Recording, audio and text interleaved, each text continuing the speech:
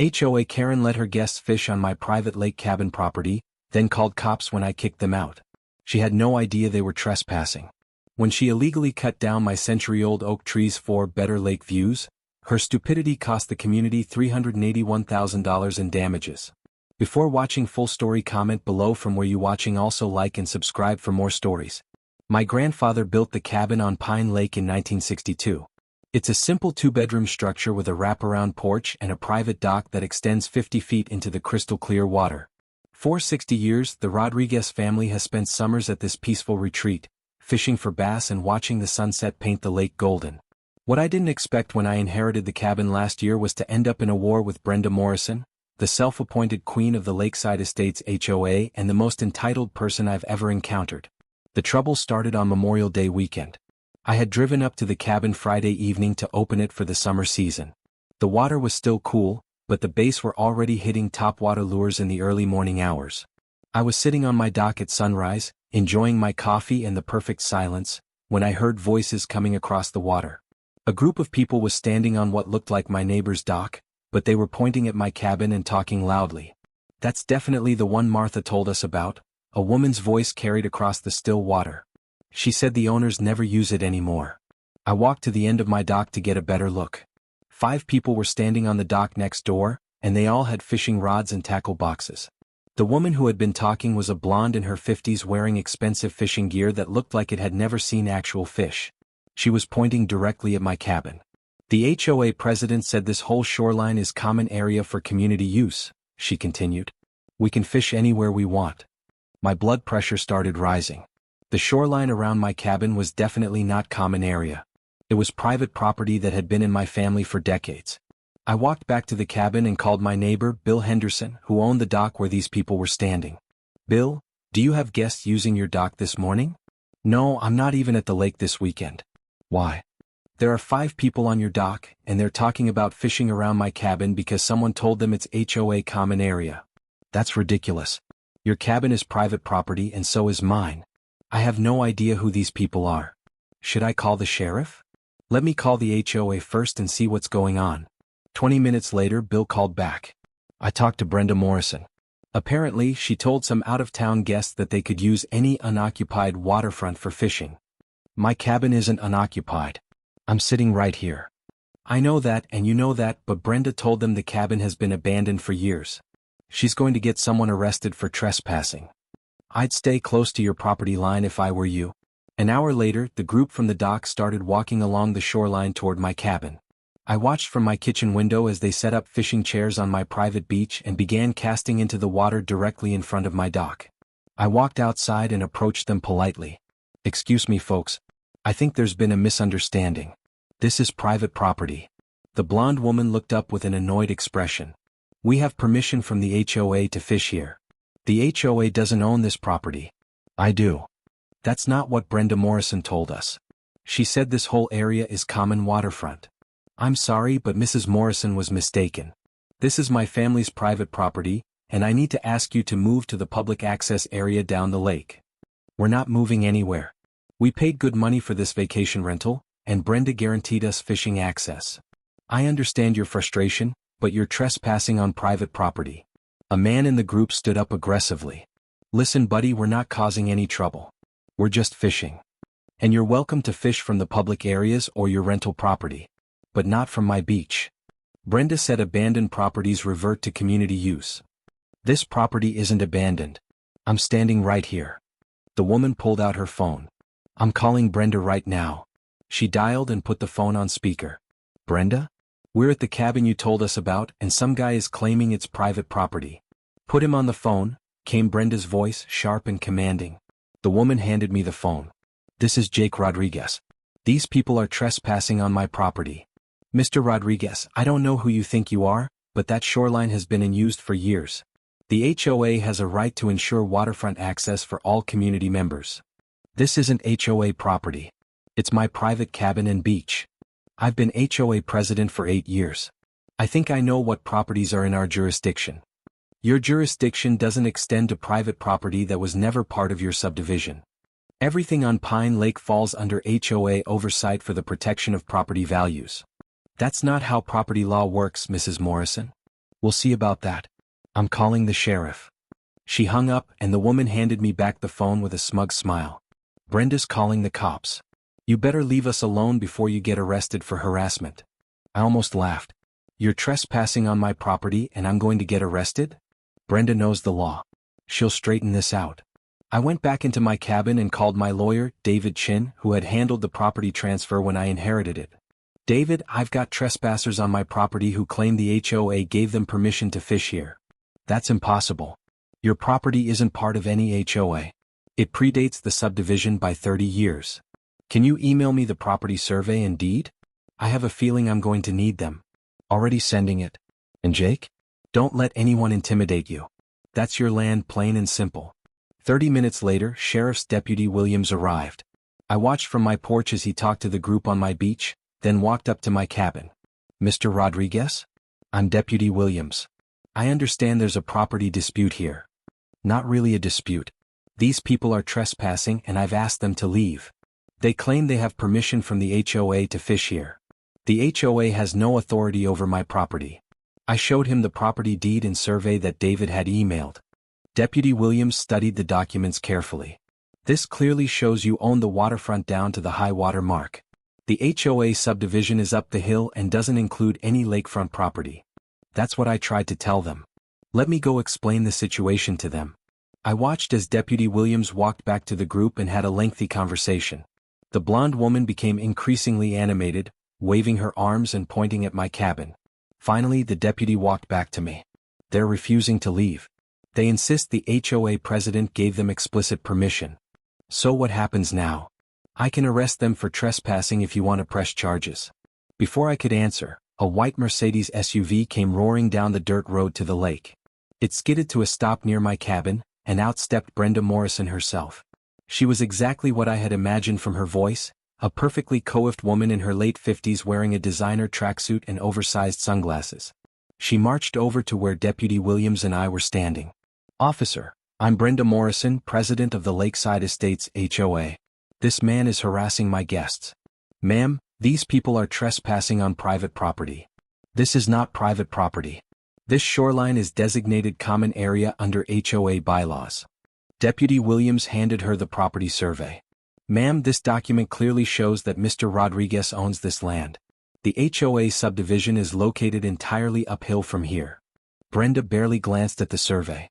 I don't care what that fake document says. I've been managing this community for 8 years. I know what's HOA property and what isn't. Ma'am, this is an official county survey. It's not fake. Anyone can print up official-looking papers. The fact is, this cabin has been abandoned for years, and abandoned properties revert to community control. I couldn't stay quiet anymore. The cabin wasn't abandoned. My grandfather died last year and I inherited it. I've been paying property taxes on it for the past 12 months. Property taxes don't prove ownership. Deputy Williams looked at her incredulously. Ma'am, property taxes absolutely prove ownership.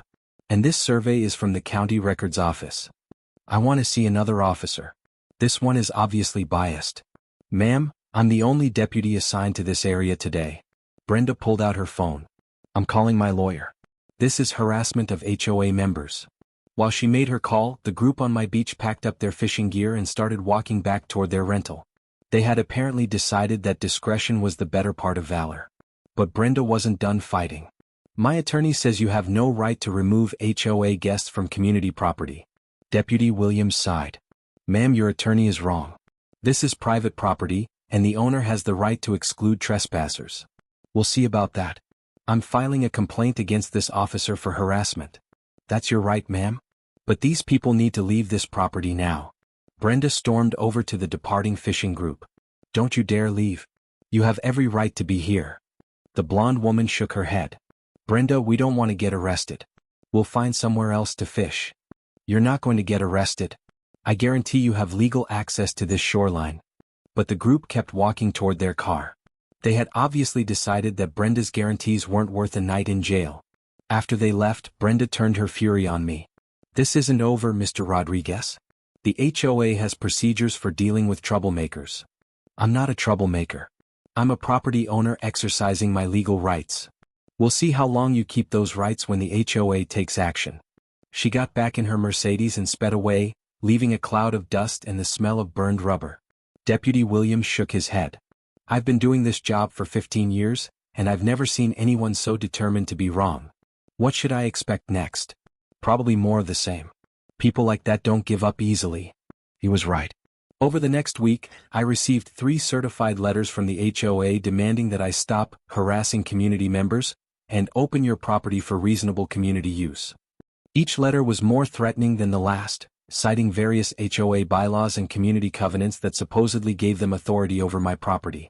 I forwarded them all to David Chin, who found them entertaining. Jake, these letters are legally meaningless. Your property was never part of their HOA, so their bylaws don't apply to you. Should I be worried? Not unless they try to physically force access to your property. Then you call the police again. The next weekend, I was awakened at 6 a.m. by the sound of chainsaws. I looked out my window to see a crew of workers cutting down trees along the property line between my cabin and the HOA subdivision. I threw on some clothes and walked over to investigate. The crew was removing trees that blocked the view of the lake from the subdivision houses. Excuse me, I called to the foreman. Some of those trees are on my property. We're only cutting trees on HOA land, he replied. That oak tree you just cut was definitely on my side of the property line. Ma'am, we have a survey showing all these trees are on HOA property. A familiar white Mercedes pulled up, and Brenda Morrison got out with a clipboard and an even more aggressive attitude. Mr. Rodriguez, you need to stay off HOA property during our tree removal project. I'm standing on my own property, and you just cut down my oak tree. That tree was on HOA land and was blocking lake views for our homeowners. It was a 100-year-old oak on my property, and you just destroyed it. We have a survey showing that tree was on our side of the line. Show me the survey. She handed me a hand-drawn map that looked like it had been sketched with crayons. This is not a legal survey. This is a crayon drawing. It's perfectly accurate. We measured everything ourselves. With what? A yardstick. We used professional measuring tools. I called David Chin on the spot. David, they cut down my oak tree and claim they have a survey showing it was on their property. Get photos of everything. We're going to sue them for timber trespass. Timber trespass is a serious offense in our state. Cutting down someone else's trees can result in triple damages, meaning they would owe me 3 times the value of the destroyed tree. A 100-year-old oak tree on lakefront property could be worth $50,000 or more. I spent the rest of the morning documenting the damage and getting photos of the property line. The evidence was clear. They had cut down at least 6 trees that were on my side of the boundary. That afternoon, I received another call from Deputy Williams. Mr. Rodriguez, we've received another complaint from Mrs. Morrison. She claims you're harassing the tree removal crew. I was standing on my own property while they cut down my trees. Can you meet me at the property line? I'd like to see what's going on. When Deputy Williams arrived, he surveyed the damage and shook his head. This is definitely going to be a legal issue. Some of these trees were clearly on your property. Brenda arrived shortly after, carrying her crayon survey and ready for another fight. Officer, this man has been interfering with legitimate HOA maintenance activities. Ma'am, some of these trees appear to be on his property. That's impossible. We surveyed everything carefully. With a professional surveyor? We used measuring tapes and GPS. Do you have a certified survey from a licensed surveyor? We don't need one. We know where our property ends. Deputy Williams looked at me. Mr. Rodriguez, do you have a professional survey? I showed him the official county survey that clearly marked the property boundaries. Several of the cut trees were obviously on my side of the line. Ma'am, you're going to need to stop cutting trees until you can get a professional survey done. This is ridiculous. We're the HOA. We know what we own. Being an HOA doesn't give you the right to cut trees on someone else's property. Brenda called her lawyer again, this time on speakerphone so we could all hear. Steve, the police are harassing us again. They won't let us cut trees on our own property. Brenda, did you get a professional survey before cutting any trees? We don't need a survey. We know where our property line is.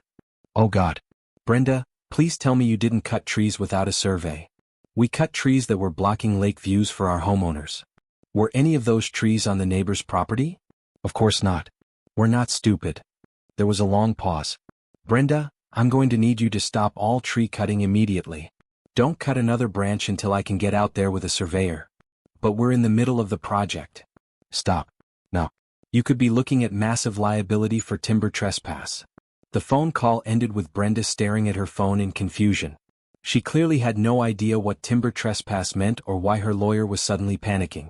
"What's timber trespass?" she asked Deputy Williams. "It's when you cut down someone else's trees without permission. It can be a felony and the damages can be enormous." "But we didn't cut down someone else's trees. We only cut our own trees." "Ma'am, from what I can see here, several of these trees were on Mr. Rodriguez's property." For the first time since I'd met her, Brenda Morrison looked uncertain. The professional survey that Brenda's lawyer ordered was completed 3 days later. The results were devastating for the HOA. They had cut down 8 trees on my property, including the century-old oak that was the centerpiece of my lakefront landscape. The timber damage assessment was conducted by a certified arborist. The total value of the destroyed trees was $127,000. Under state timber trespass law, I was entitled to triple damages, which meant the HOA owed me $381,000. But the financial damage was just the beginning of Brenda's problems. The State Forestry Department opened a criminal investigation into the tree cutting. Destroying trees on someone else's property without permission is a felony if the value exceeds $25,000. With $127,000 in damages, Brenda was looking at serious prison time. The HOA's insurance company refused to cover the timber trespass claim because the HOA had acted outside their authority and without proper surveys. Individual HOA members would have to pay the $381,000 in damages through a special assessment. Brenda called me personally to try to negotiate a settlement. "Mr. Rodriguez, I think we can work this out without involving lawyers." "I'm listening." "The HOA is prepared to offer you $50,000 to settle this matter quietly. The trees you cut down were worth $127,000. Triple damages make it $381,000.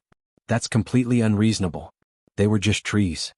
They were 100-year-old oak trees on lakefront property. They were irreplaceable. We can plant new trees. It will take 100 years for them to reach the size of the trees you destroyed. Nobody pays that much money for trees. The court will decide what I'm owed. You're being vindictive. This was an honest mistake. An honest mistake would have been cutting one small tree over the line. You destroyed my entire lakefront canopy." The case went to court 6 months later. The evidence was overwhelming in my favor. The professional survey clearly showed that 8 large trees had been cut on my property. The arborist's report documented their value at $127,000. Brenda's lawyer tried to argue that the trees were boundary trees that could be cut by either property owner, but the survey showed they were entirely on my side of the line. The judge awarded me the full $381,000 in triple damages, plus $47,000 in attorney fees. But Brenda's personal nightmare was just beginning. The criminal case proceeded separately. She was charged with felony timber trespass and faced up to 5 years in prison. At her criminal trial, she tried to claim that she had relied on professional advice, but the prosecution showed that her lawyer had specifically warned her not to cut trees without a survey. She was convicted and sentenced to 2 years in prison, suspended to 6 months if she paid full restitution immediately. The HOA had to take out a $450,000 loan to pay the judgment and attorney fees. Each of the 180 homeowners in Lakeside Estates received a special assessment of $2,500. Many residents were furious that they had to pay for Brenda's illegal tree cutting. A recall petition was organized, and Brenda was removed as HOA president by a vote of 156 to 24. But the financial damage was done. Property values in Lakeside Estates dropped 15% because of the special assessment and the community's reputation for legal troubles. 12 families put their houses up for sale rather than pay the assessment. The sudden influx of homes on the market further depressed property values.